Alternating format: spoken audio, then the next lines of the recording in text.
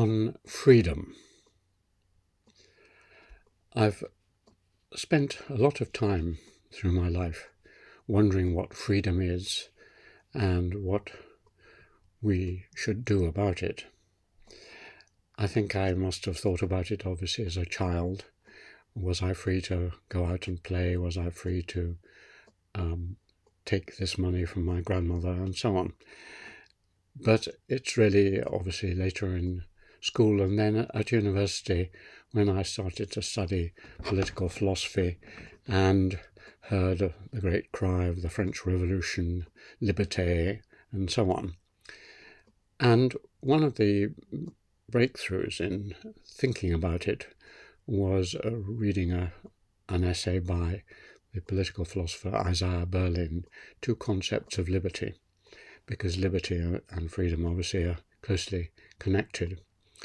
What this helped me to do was to see that there are two really kinds of freedom, and I will express this and explain this in relation perhaps to concrete examples. In China, the major concern is what Berlin calls negative liberty, that is freedom from. And the kinds of things that certainly recent governments have been concerned with is freedom from poverty. So they've raised 800 million people out of poverty. Freedom from ill health. So they've built a very big and extensive a health service free for everyone at a basic level. And freedom from recent disease, so COVID, only 6,000 or 7,000 deaths compared to 1 million in America. Freedom from ignorance, so there's been a huge amount of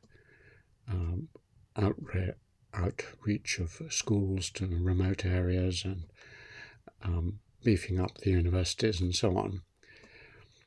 Freedom to travel, so the communications systems have been improved hugely and the virtual ones as well. So those are the kinds of freedoms. Not so much concerned with freedom from surveillance or direction from the centre, the political freedoms, but the social freedoms are of great concern, and they're of a negative kind, freedom from things. The other kind of freedom that Berlin talks about is positive freedom, that is freedom to do things. And here you could look at America. You have the freedom, the right to bear arms, and therefore, as happened yesterday, 19 school children in the preparatory school were gunned down with a semi-automatic rifle. But you have that freedom to go out as an 18-year-old and buy a gun. And you have freedoms to express yourself as freely as you possibly can, and many positive freedoms like that. And so Berlin himself, and I think I myself, feel that in our lives it's best to concentrate on the negative freedoms, the rules about what you can and can't do. And these rules are often quite simple. For example, in games, there are rules that you can't, say in football, you can't pick up the ball. And that's a simple rule. There are 4 or 5 simple rules like that. Whereas if you started to try and make positive rules, you must do this, you must do that, and so on, and you have the right to do this, the game would get enormously complicated.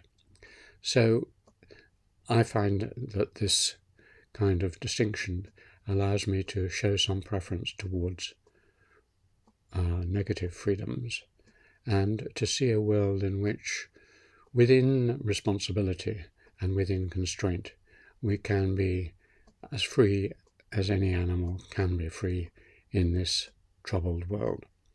So those are just a few starting thoughts about freedom. Thanks very much.